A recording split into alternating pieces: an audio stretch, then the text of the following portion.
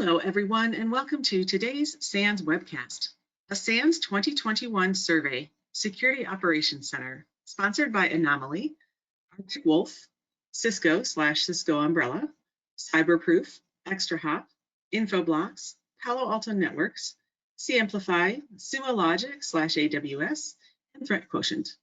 My name is Carol, author of SANS. Today's featured speakers are SANS Senior Instructor Chris Crowley and SANS Director of Emerging Security Trends, John Pescatori. If during the webcast you have any questions for our presenters, please enter them into the Q&A window at any time. Please note that this webcast is being recorded, and a copy of the slides and recording of this webcast will be available for viewing later today and can be found on the SANS registration page. And with that, I'd like to turn the webcast over to our presenters. Okay, great. Thank you very much, Carol. There we go. Oops, went a little too far. So my name is Christopher Crowley. Thank you, everybody, for tuning in. I hope that there's a lot of good information in this report for you. I know that every year when we release this, anecdotally and personally, I get people coming back to me saying, thank you very much for writing that report. That was something that I leveraged in order to go to my management and say, this is what other people are doing, and we need to kind of keep up with that. So that is one of a multitude of things that you can do with this report. I've worked in cybersecurity operations for an extended period of time. I have taught for the SANS Institute for a long period of time. And I've been writing this report with John for several years, back the last 5 years. So John, do you want to introduce yourself? Sure. Hi, everybody. John Pescatori. This is one of the more fun things I get to do each year at SANS, is the SOC report. That's always been the place where sort of the talk meets the walk, where the action happens.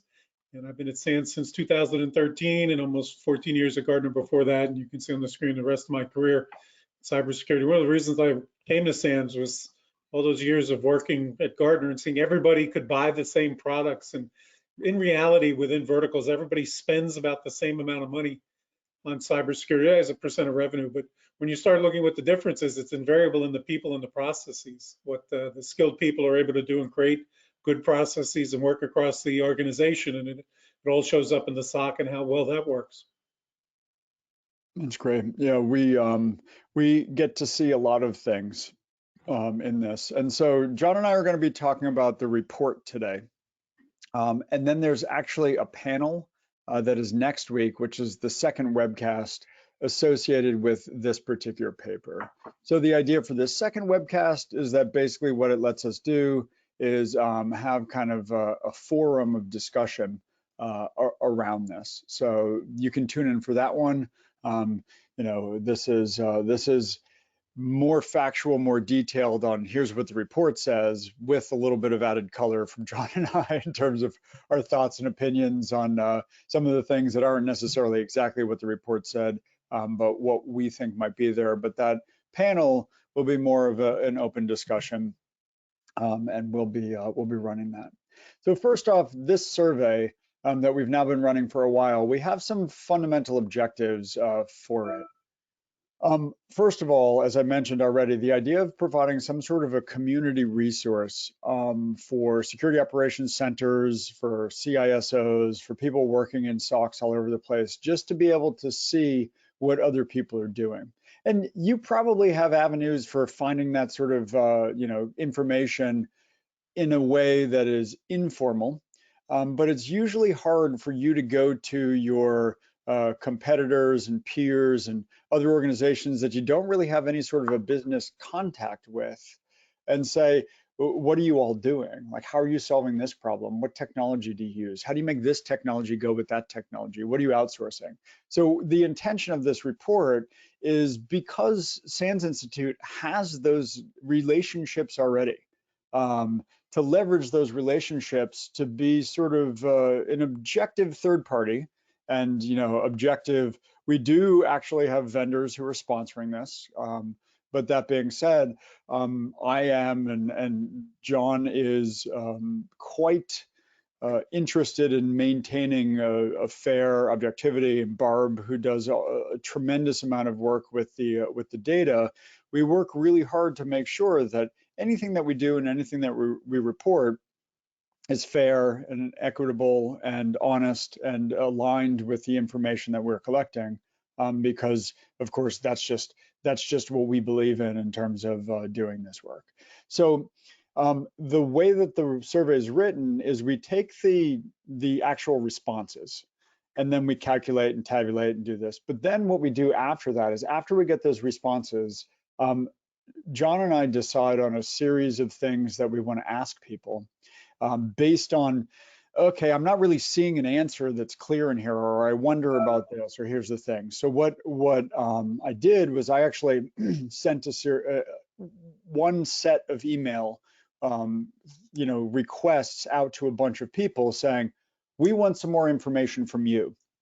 You've indicated you're willing to to basically answer more questions, and we have follow-on kind of long form answers. And so John and I developed those questions, and then we send them out, and then as necessary, we kind of have this further conversation.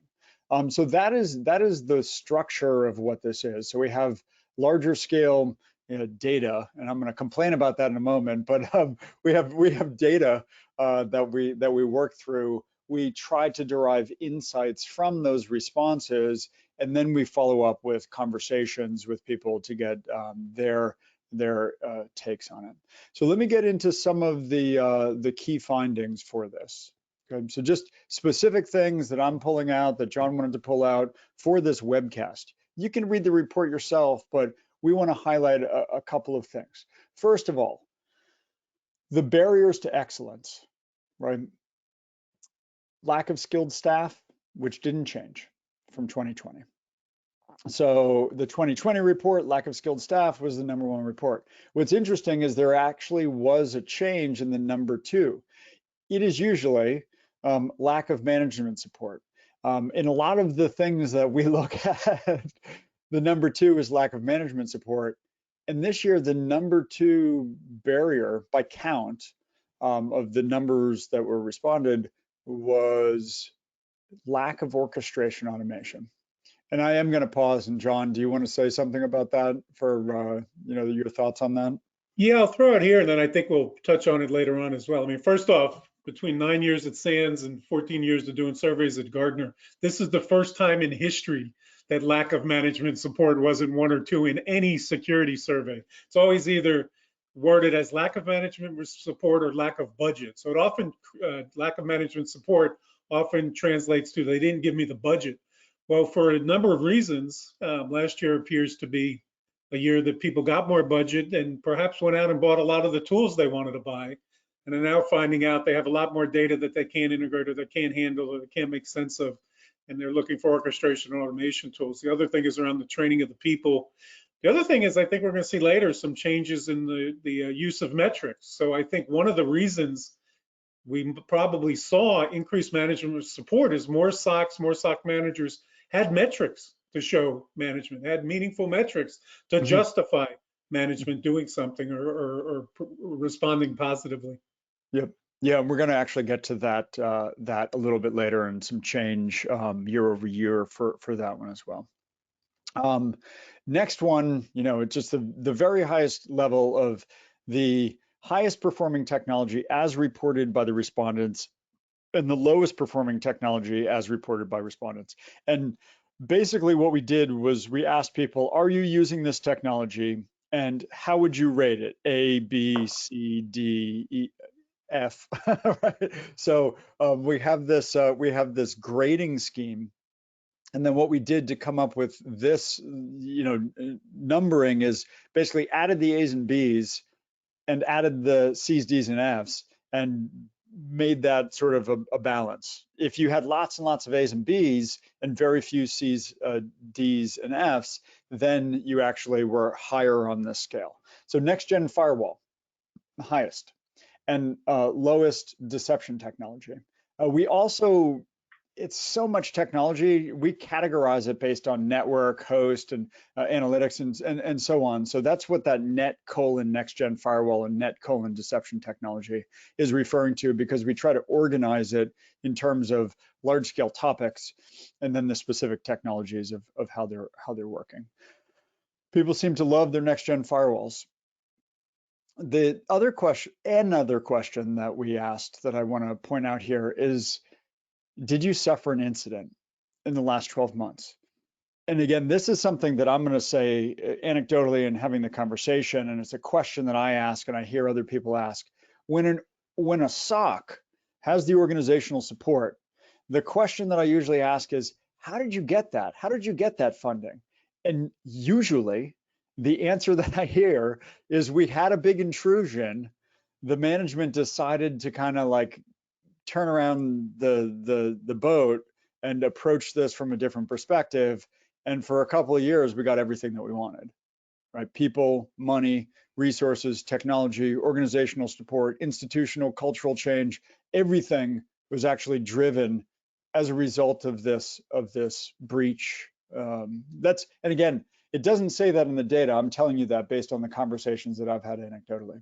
So from the responses that are in here, 33% of the people that answered the survey reported having an incident, 40% that there was no incident, and 28% the combination of decline to answer or they're not sure. So they're either not saying or they don't know, right? And I can actually fully respect that. I'm not going to answer that question because we actually asked a tremendous amount of detailed information, and some people might be concerned about the OPSEC associated with that. So for the SANS Institute surveys, we tend to have the same sort of respondents and about the same numbers of respondents year over year. This year was actually a little lower than a couple of years ago. It was more than last year. So this is the kind of the trade-off of doing this is, in my opinion, we do not have a truly representative sample of security operations centers around the world.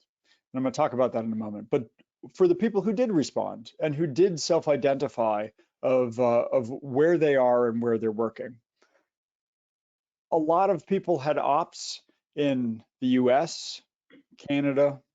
Most of the people had headquarters in the United States. A lot of people had ops in Europe, South America. Far fewer of them had headquarters in Europe and South America. Operations in Asia, but fewer headquarters in Asia, and then even fewer headquarters out of Australia, Middle East, and Africa.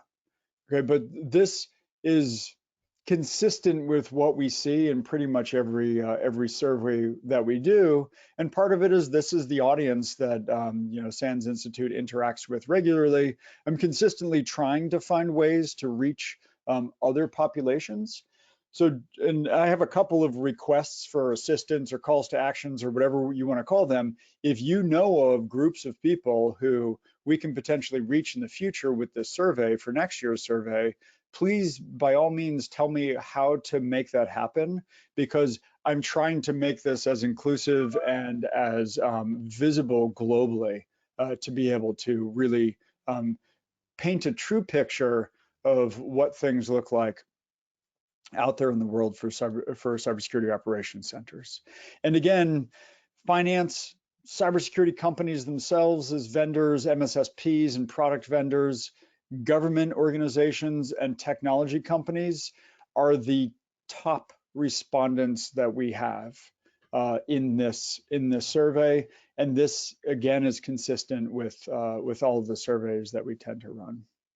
Yeah, Chris, just a comment on security surveys in general. In the past, trying to do very large end security surveys, thousands of people, to get qualified respondents that actually knew whether the next generation firewall was doing good or not. You'd typically, if you wanted to get 100 responses, you'd have to have 2,000 people queried. It was 20 to 1 as far as so to get a survey you might see with 1,000 respondents that's not qualifying people well is it's often 200 or less meaningful respondents. So the numbers, definitely bigger is better, and I think you're right. Getting more inputs is really good. But one thing on the SANS surveys is they are sort of talking to the people that can answer the questions. Agree with that. I agree with that. The other thing that I'll sort of say for this is that most of the respondents who answered the questions answered most of the questions, which is another indicator because we're asking people to spend 30, 40 minutes to answer this survey. I mean, it's what, 50 questions long or something like that. And we're not usually offering like, a gift card for your 5 minutes of time. I see this all the time on the things that I get. 5 questions, 5 minutes, we'll give you a gift card. It's not really the way that we're approaching this. So I want to echo your opinion is that I do think that the respondents in this are high quality respondents. And I want to find more high quality respondents, not just more numbers, right? Because I think that we owe it to the people that we're reporting to share that information. So the next thing that I'm going to talk about, instead of the very high points, we're going to start to get into some more detail on things that are interesting. This is by no means a coverage of all the things that are in the survey. It's just some of the really interesting ones. Something which I think is a consistent question is, what does the SOC do? Right, and I characterize this in a number of different ways. I'm sure John has language that he uses when he talks to people about security operations centers about how to characterize what capabilities should be present. So we ask the question. What do you do? What do you consider as a capability that's present in your SOC? And in addition to that, which of those capabilities are done completely internally? Which of those capabilities are both internal and outsourced? And then which of those capabilities are exclusively outsourced? Okay, and so when I talk about the internal versus external here, I could choose to sort of group the both category in either way, right? I could say both means internal, or both means both the both count and the external. So usually when I'm talking about outsourcing, I'm pointing at the both and the outsource in order to do the counting. And it's interesting here, to me, it's interesting, and it's something that I see, is that if I look at this 200 line, most of the responses of the stuff that we do in terms of capability is above this 200 line, which to me says most people who run SOCs are kind of doing the same thing as everybody else that's running SOCs, right? I don't have some where it's like, 250 that basically everybody does it, and then 50 where only there are a couple of people doing it. For the most part, the things that people are doing, everybody's doing them. The things that everybody says that they're capable of doing: incident response, alerting, and some sort of monitoring and detection are the top 3. Now, I'm going to jump from the top 3 to the bottom 3 and take a look at what that looks like. Those that are below the 200 line, threat intelligence, attribution, red teaming, and purple teaming. And when we switch to a more outsourced focused view, we'll actually see that the red teaming, purple teaming, pen testing, that is very commonly outsourced. You can also kind of see this here. If you look at this line for the combination, if we're watching where this line lands in terms of the both, how far it pushes back to the left-hand side, we see pen testing here, something that a lot of people are doing, but this is pushing way sort of out of scale with the rest of this. And the next chart that we actually have is an attempt to render that more expressly. And so this is the same data charted a different way in order to focus on the things which are likely to be outsourced. And so the sorting on this chart is the combined total for the outsource plus both column. And the reason why these lines maybe don't look exactly right for this in some cases is this is a percentage scale. And so some of these people are doing more of it, but because they tend to outsource it more, it highlights higher at the top of this particular chart. So I'm going to mention a couple of things on this, but this to me is the most commonly outsourced stuff. and it tends to persist year over year in the SOC survey.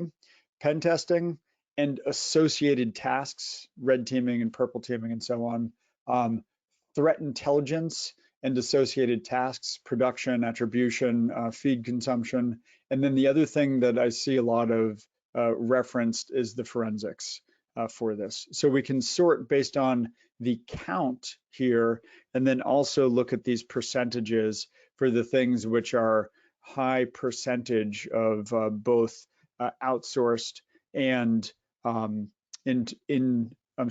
outsourced and done both internally and outsourced. So here, this count outsources the light tan, the both is this orange in the middle. And if you kind of look at this line as it goes, this goes to a lower percentage in a lot of cases, and other, we don't know what they're talking about there. So any further thoughts to add on that one, John, in terms of what this looks like to you?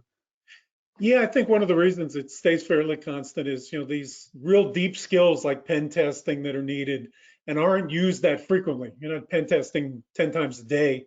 Those are often, expensive skills to maintain, and people say, well, I'm not going to do it that often, I'll outsource. Some of it's they're not doing it often enough. Used to be every 2 years a pen test was enough, and we know that's not enough. The other thing is things like threat attribution, for example. Most SOCs are very busy batting away attacks versus worrying who launched those attacks. It's great for security consultancies to produce reports on these attacks came from this room in China, but who gives a crap when you're just trying to protect the business and keep it going? So those obviously make more sense. And then really deep skills like forensics and things like that, if you're not getting those types of attacks very often, are really expensive to maintain, and quite often have somebody on a retainer or do make sense. And Chris, I think in the real world, you do SOC maturity assessments, right? That's something I'd be a little suspicious if all the SOCs were doing their own maturity assessments. Yeah. I do. It's an interesting thing. I do this contractually with organizations, and it's something where I think a lot of people are interested in doing a self-assessment, but they usually don't have the time to do it, number one, and then they realize that their own management probably wouldn't trust the answers that they gave, even if they're probably right. And so, what I do is, depending upon the organization, we select a maturity framework, and there are a couple of different ones that I use for this, and then basically I work with their staff in order to do that assessment. And this is the typical like MITRE ATT&CK framework, SOC CMM, that kind of thing. What are you required to be checking? And so what I think is something that's interesting here, as you're pointing out, this SOC maturity self-assessment, I actually would encourage people in a SOC to take, as an example, SOC CMM, because I think it's easier to do the self-assessment using SOC CMM. It's a questionnaire, essentially. It's a spreadsheet. And so that is something where you can take that and look at all the stuff that you're going to be asked. Are you mature enough? And to your point about some of these SOCs that are just trying to keep up with the next wave of attack and don't really have a chance to get themselves in a position to be thoughtful about who's attacking, why, and where can they deploy those resources, that really is a sign of maturity to me as well. As I'm doing this and discussing this and assessing people, if they force themselves in some form of a rigorous, let's just take a pause and figure out how we can more effectively deploy our resources, that's a mature stance. Then we're just too busy to even consider that. Right, so that's my thinking on it. Question come in here. It was about the data protection line, and the basic point is that to the audience member, seemed high as a SOC function. He would have assumed DLP and that type of thing was done outside of the SOC. How was the question asked, or do you see it common that data protection is considered a SOC function? Yeah, so that's something, and I'm going to actually go back to the previous one just to first talk about what the respondents say, right? The idea of data protection, I think what our respondents are answering for data protection, this 1, 2, 3, 4th line down here in terms of capability, is they have fundamental responsibility to protect that data from being breached or modified from an integrity attack. And so the technology that was mentioned, the data loss prevention type technology, I actually think is something that a lot of SOCs see that they have a fundamental responsibility to that. And it's not just I need to stop the phishing, it's I need to stop the ultimate end goal, which is the theft of our intellectual property, the access to our data, the theft of credentials that are our data that could be reused in order to cause other damaging impacts like financial fraud. So that's. How about, would you typically see the actual encryption of the data under the responsibility of the SOC from a protection point of view, or more the DLP and monitoring and threats inbound heading towards database, that type of monitoring?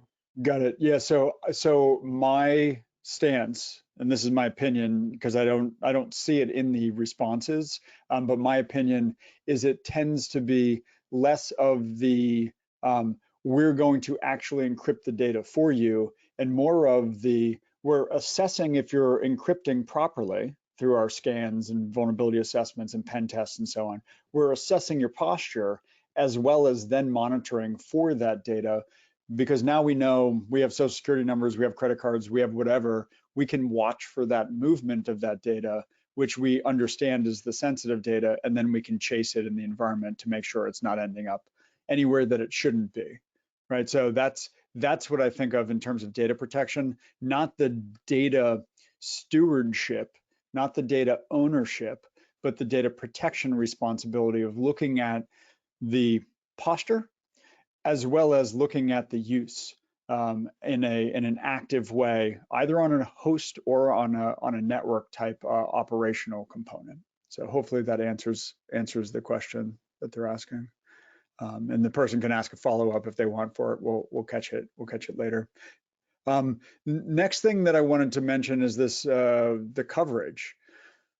And one of the reasons why I asked this is I hear a lot of rumblings about the IoT world being unfortunately insecure. I hear a lot of things about our OT technology, and we asked a couple of questions about ICS, OT, and IoT.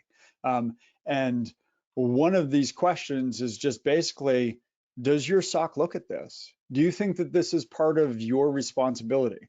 And sometimes this isn't necessarily whether the respondent thinks it's their responsibility or not, it's whether the organization's funding them. And I don't have a good way to distinguish that, but the question was, do you deal with this?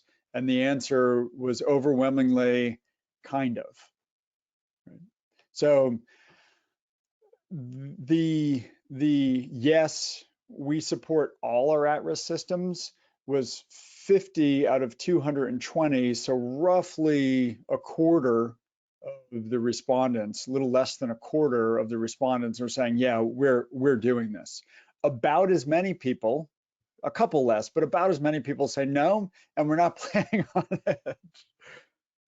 Now, this to me represents an issue, because this to me is a lack of visibility, and it's an entire category of systems that people are just kind of being like, we don't have time, we don't care, doesn't seem to be an issue, we'll deal with it if it becomes a problem. And that is unfortunate, I think, and this is going to be something that's you're not seeing that's going to hit you and hurt you if you're not careful with this. An interesting thing here, Chris, is the big ticket attacks against OT type systems like the Colonial Gas Pipeline. It turned out it was the office type systems that were brought down that caused all the outages. They never did get to the OT side of the house. So I think a lot of people are saying, yeah, we're still not in charge of the OT side of the house, and the bad guys are finding out, yeah, we don't even need to get there to stop the gas from flowing. Yeah, exactly. We can interrupt stuff without having that level of access. We did actually ask the question related to IT, OT, separation, convergence, and so on. I don't think I put it in this slide deck because there were just so many different ones. I don't think I included that. I included this one just in terms of coverage and responsibility instead. And so another thing related to the what are you covering, what systems are you focusing on, is something that larger SOCs tend to have a problem with, which is if you have an alert on a system, do you know who owns it? Do you know who's responsible for it? Do you know what sort of things that you should be doing on it? And this to me is sort of a picture of the SOC's knowledge management capability, the SOC's inventory insertion, the SOC's insertion into the procurement process, the SOC's insertion into the IT deployment process. So this, I think, sort of one question points to a bunch of different procedural aspects that need to be in place in order to do this well. And I actually, quite honestly, loved to see that, yeah, they had asset inventory and they have integration into their badging system and authentication system and everything kind of there. Now, this is basically the smallest answer, but the fact that people are answering that they have an integration between badging and Active Directory or whatever they're using for authentication and the physical assets, I'm like, that's cool. That's really good. And I'm actually similarly pleased to see that people are saying this whole thing is mostly automated. And mostly automated and fully automated are the highest two. So mostly automated, but occasionally we have to go back to the log to figure out what we're doing.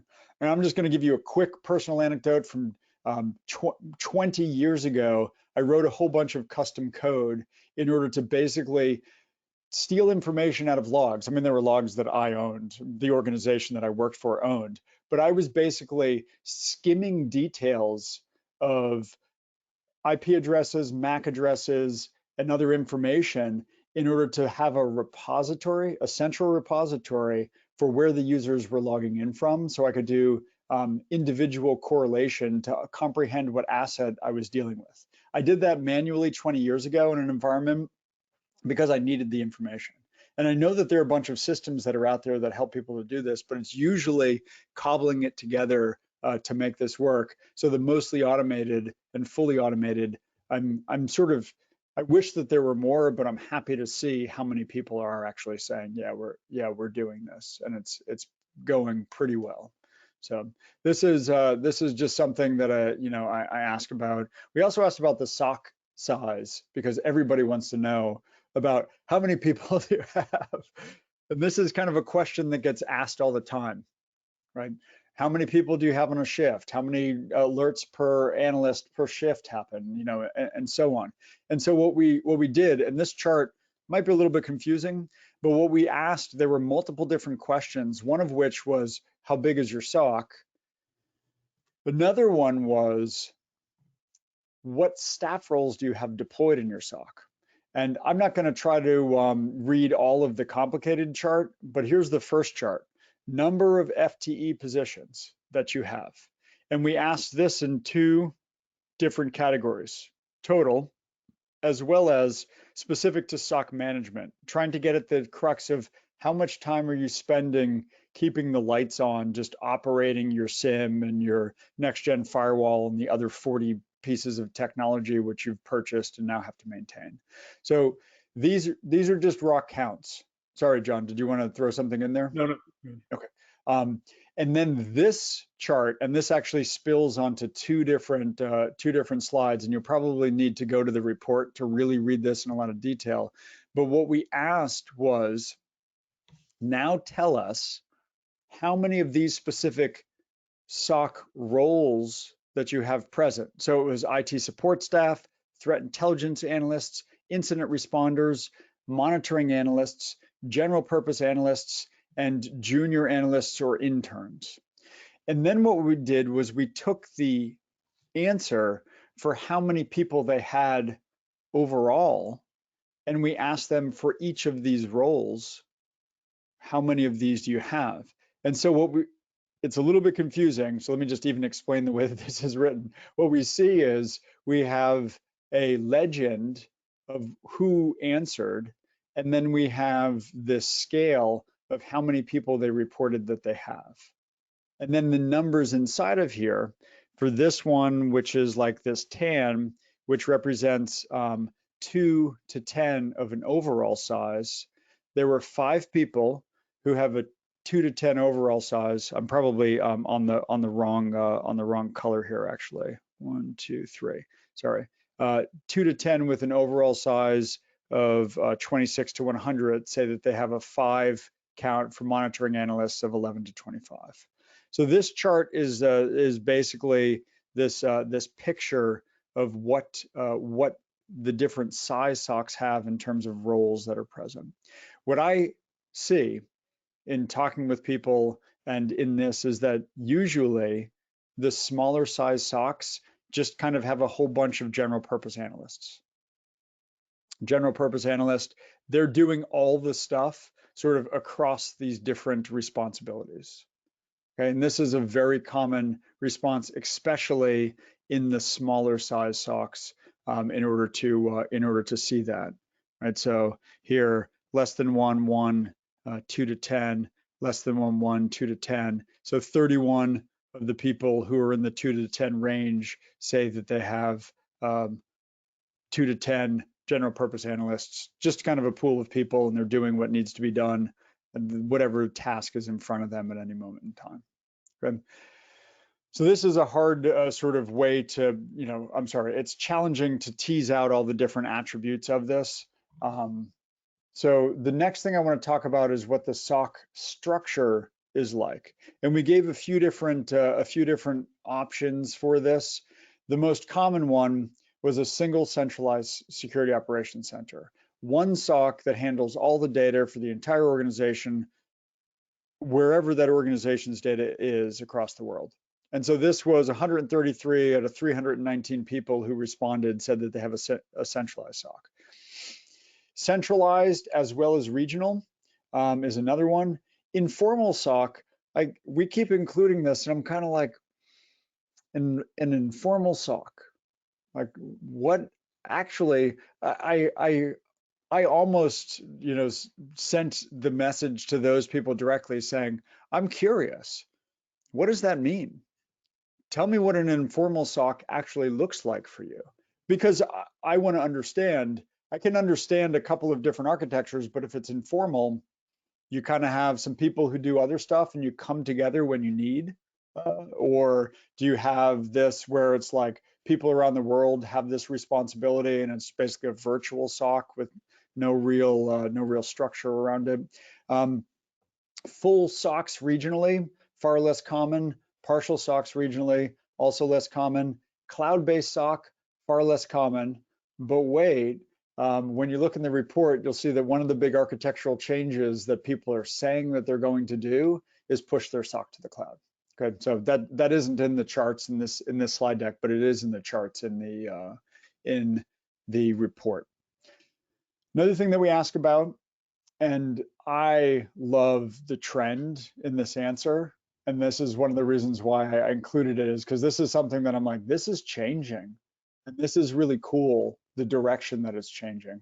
And it's the fact that 77% of the people who answered the question said that they're actually reporting metrics, and the satisfaction here is 67% say that they're either satisfied or very satisfied with the reporting that's happening. All right. So I don't know, John, did you want to chime in on this in terms of thoughts on metrics and this trend, and if you think it's, or why you think it is, or if you think it's a real trend or not?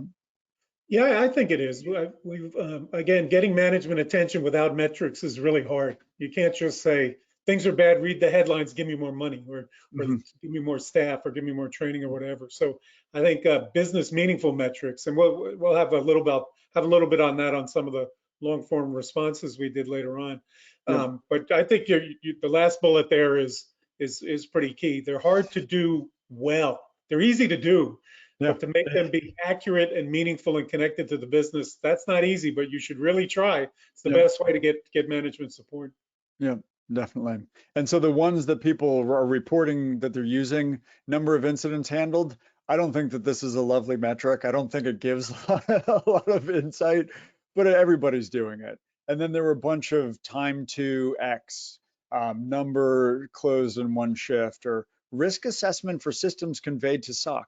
I was like, that's the first cool metric that I see at the top of the list, because number of incidents closed in one shift doesn't tell me anything. to be honest. I mean, it tells me a count, but it doesn't tell me, did we do well or did we do poorly? Maybe we closed 1,000 incidents this shift compared to 100 incidents last shift. And maybe that means we did better this shift because there was more, or maybe it means the people who worked last shift were not paying attention. I don't know, and I can't tell that just from that metric number. And another thing that we see in terms of this is people are still saying, hey, we have issues. I put this in the headlines, lack of skilled staff, lack of automation are the top two, lack of management support right there, and then visibility tied with lack of management support being another issue.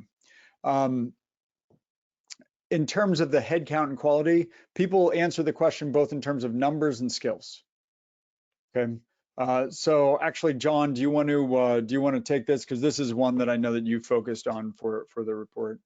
Yeah, this first one's been a focus of mine for a long time, because mythically for years we've read there's tens of millions or hundreds of millions of open job recs in cybersecurity. And if you did the math, the world could not afford to hire that many. Business budgets couldn't support it. What we found when we, especially doing this SOC survey with Chris the past couple of years, where we do telephone interviews or these long form interviews, is a lot of the hiring is to obtain skills. When systems are moving to the cloud, I don't have anybody who knows AWS. I got to hire somebody with experience in AWS or cloud, or do pen testing or do application testing and so on. So it's, as we say here, it's both not enough people, but not skilled enough. So quite often managers would say, if I could get the skills, I'd replace some of my people with more skilled people. I wouldn't necessarily need more headcount. Obviously, in some places, more headcount is needed. But it's also important that retention comes into this. High turnover can kill things and cause way more problems, because then it takes so long for new analysts to become productive, even if they're really smart cybersecurity wise, to know the internals of the business and the IT architecture and so on. So just hiring is much more disruptive than increasing the skills of the people.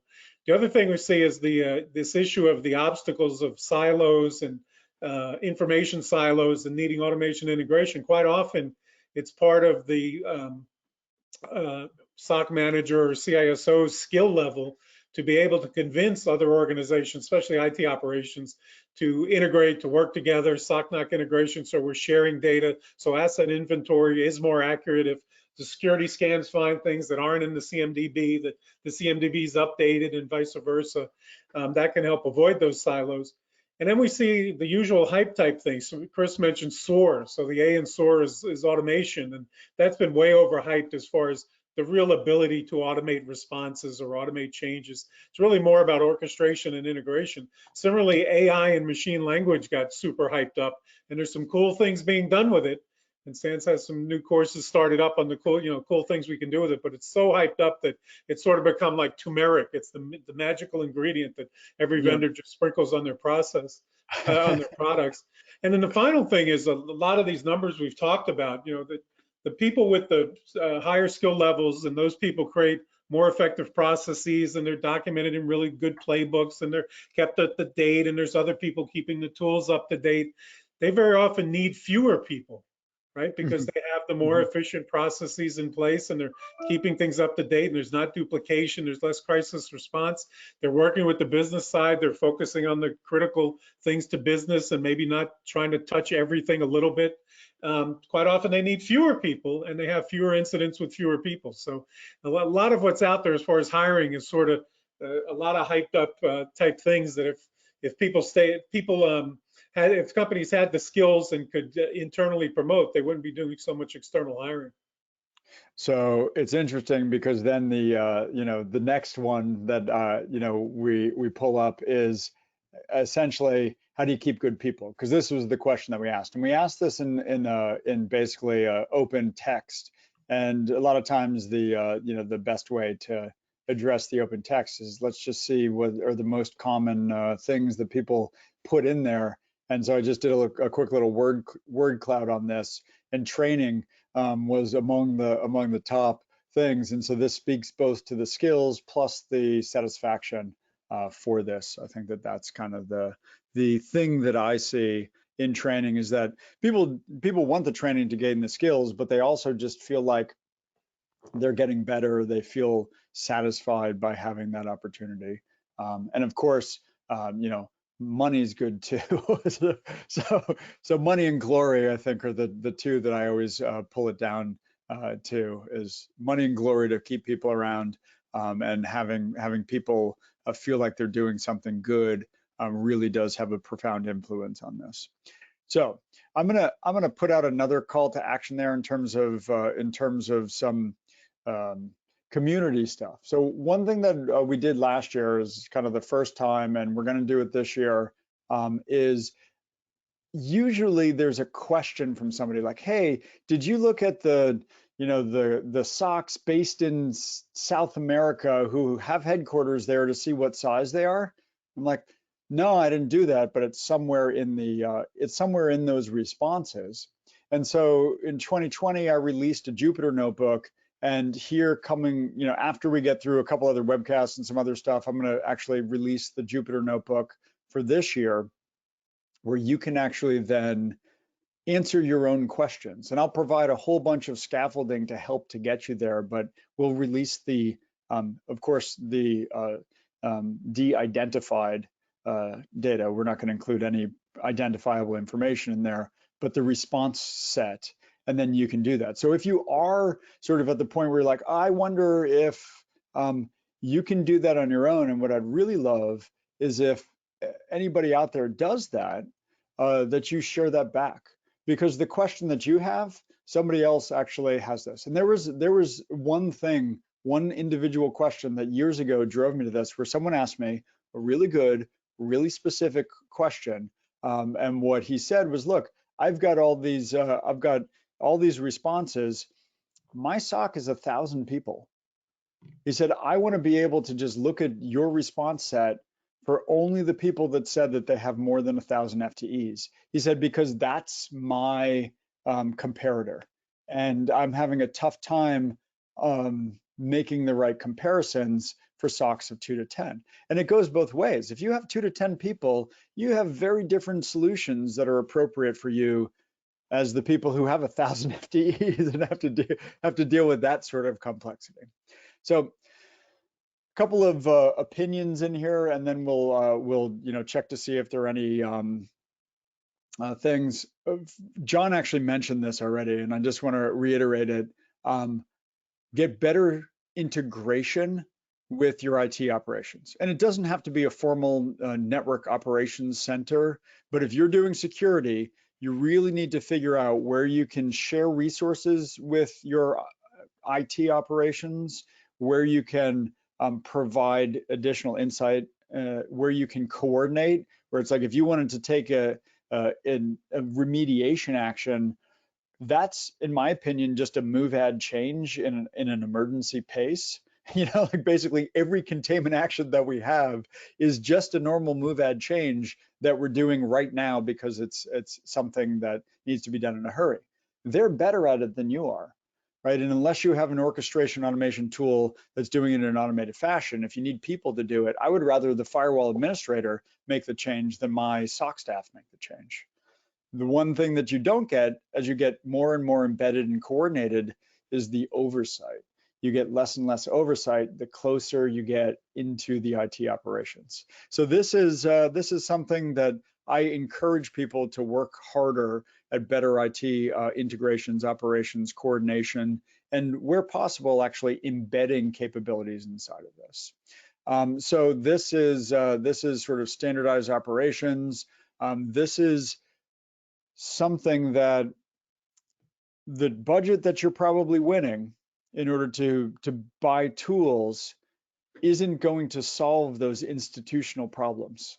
Okay, so buying the SOAR tool doesn't solve the problem if you don't have good relationships with the NOC to where you're going to be able to deploy that SOAR tool to interrogate systems on an as-needed basis, if that's the plan for it. Good. So the maintainers that are required, this is another one that I'm just going to share my opinion.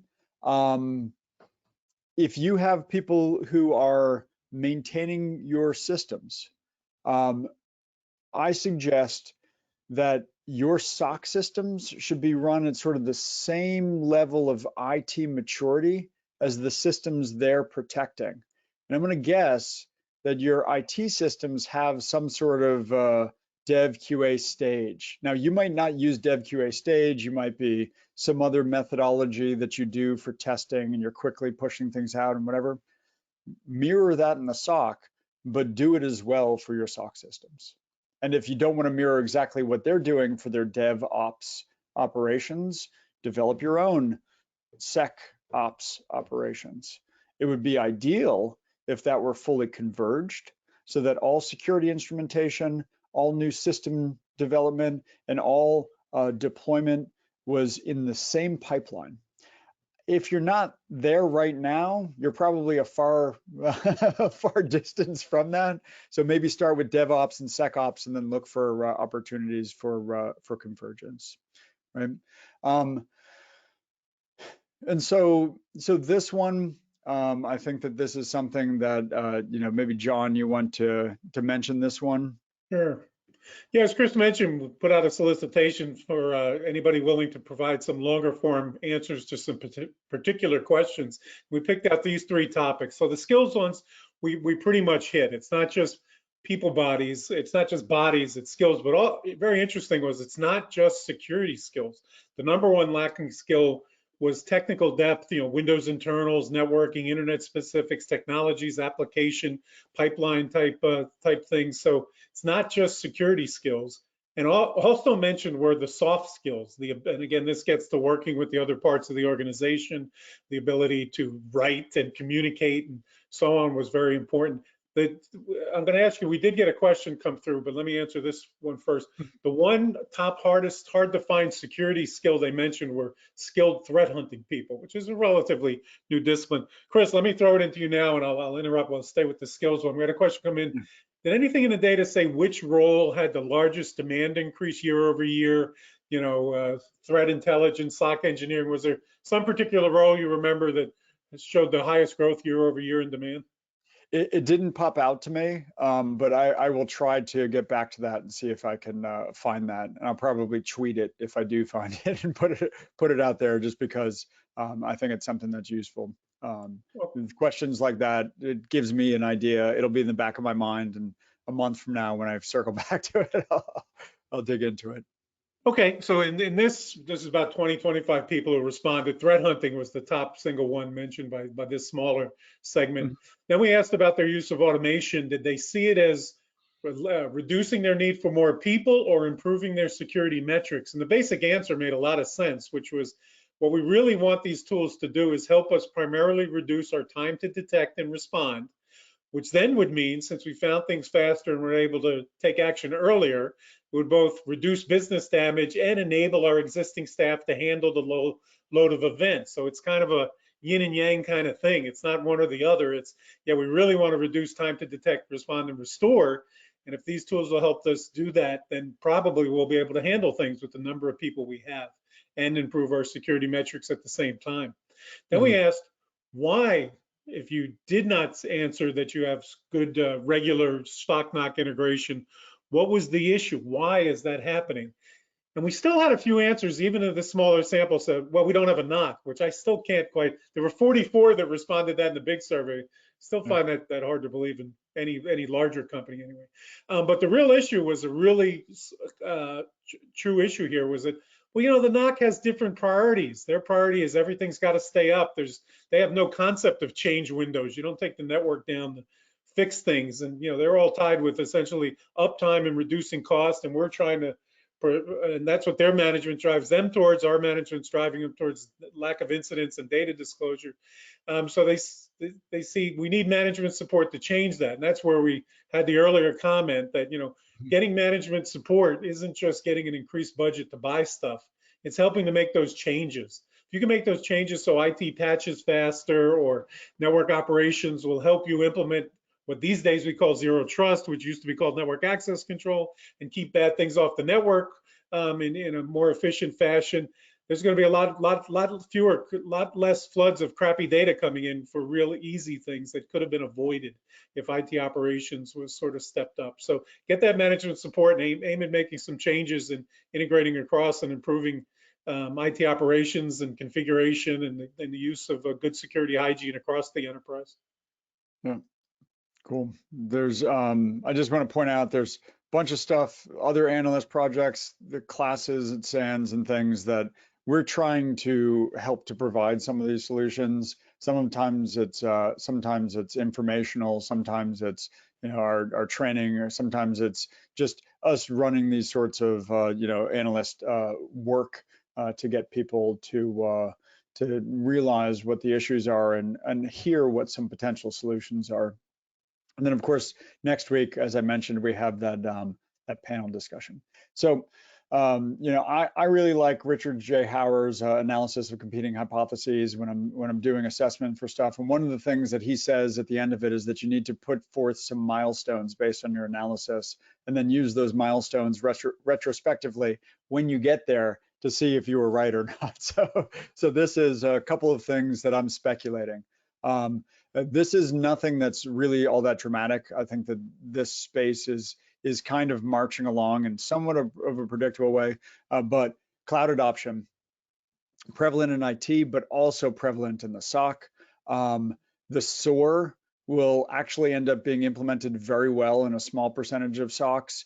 The need that's forcing them to do this is they don't have the people, and so they're going to spend the time and the effort and the thoughtfulness and the energy and the management, sort of interactions to get it so that the SOAR can be implemented well. I don't think the qualified staff problem is going anywhere. I really don't. I don't think that the SOCs are going to get much bigger. I think that most SOC sizes for most organizations, it's going to stay 2 to 10, and it's never really going to get any bigger. And the only ones that are growing are the MSSPs, right? So I think that the MSSPs are growing because the outsourcing is increasing. So more and more, the MSSPs now actually, from what I've seen compared to 5 years ago, the MSSPs, it's not just a small number of really big ones that are basically like, this is what we offer, take it or leave it. There are a lot more niche MSSPs who have a very clear picture of how to onboard their customers, of how to manage that customer relationship. And these MSSPs are actually at the point where they can force the organization to become more mature through that interaction with the MSSP, because the MSSP has some position to be able to say, we're giving you this, we expect you to give us this back. And that ongoing metric and operational conversation begins to drive maturity on the organization. So I think that outsourcing will continue to increase, both due to the inability to find skilled staff, as well as the shift to cloud architectures for the SOC itself. Outsourcing of the SIM management, outsourcing of other components like that, I think is going to be far more prevalent than it is today. Yeah, So, I'd like to add a couple please. thoughts to that one, Chris, just 2 quick ones. One is the outsourcing IT will continue to increase the outsource things. And we've seen huge growth in the attackers going after those IT service providers, especially where admin privileges are delegated to the service provider and then aren't removed when the relationship goes away. So things that are invisible to the SOC sometimes, even if you've got, IPAM or user admin in the SOC. The other one is, and this came up in a webinar I did a couple of weeks ago, the whole thing about businesses staying in the hybrid work environment and the SOC staff often having to do that. Some people might be in the building or might be physically together. Many may not, and the collaboration systems to make that work. And even if everybody's back in the building, they need to do drills that say, uh-oh, what happens if all of a sudden nobody can go in the building again? Can we still do everything remotely? I think we're going to see that next year. Yeah, good thoughts. And actually, my favorite example of the thing that you mentioned in terms of attackers going after the cloud, there was a report. It was PwC and BAE wrote it on Cloud Hopper. So if you just do a quick search for that report, it's a really insightful one about how how the attackers have moved to the cloud, because it's much easier for them to just compromise a managed service provider and then gain access to all the data the MSP has. So lots of interesting data. The technology doesn't solve your problems, but you need the technology to solve those problems. And we will be releasing this. So action items for you: get management backing to drive integration, demonstrate the alignment with metrics, articulate the capabilities as service offerings so that you're expressing in a mature fashion what you do, have good programs for developing your analyst skills before then going and buying lots of additional tools, and make sure that your use cases are driven by use cases and risk. So there were some questions in line, so we're going to skip this part, and I just want to leave it with thank you for those of you who are listening, or for those of you who listen later to the recording. Thank you very much to the sponsors who helped to make this happen. Thanks, John and Barb and Alec and Carol for working together on this. I think that this is a perennial and useful survey. So, any final thoughts, John? No, thanks. Thanks. Great job, Chris. Thanks for including me. Awesome. Carol, you want to take it over? Close things Sure out. thing. Thank you so much, Chris and John, for your great presentation. And to Anomaly, Arctic Wolf, Cisco Umbrella, Cyberproof, Extra Hop, Infoblox, Palo Alto Networks, Camplify, Sumo Logic, and Threat Quotient for sponsoring this webcast, which helps bring this content to the SANS community. To our audience, we greatly appreciate you listening in. For a schedule of all upcoming and archived SANS webcasts, including this one, please visit sans.org/webcasts. Until next time, take care, and we hope to have you back again for the next SANS webcast.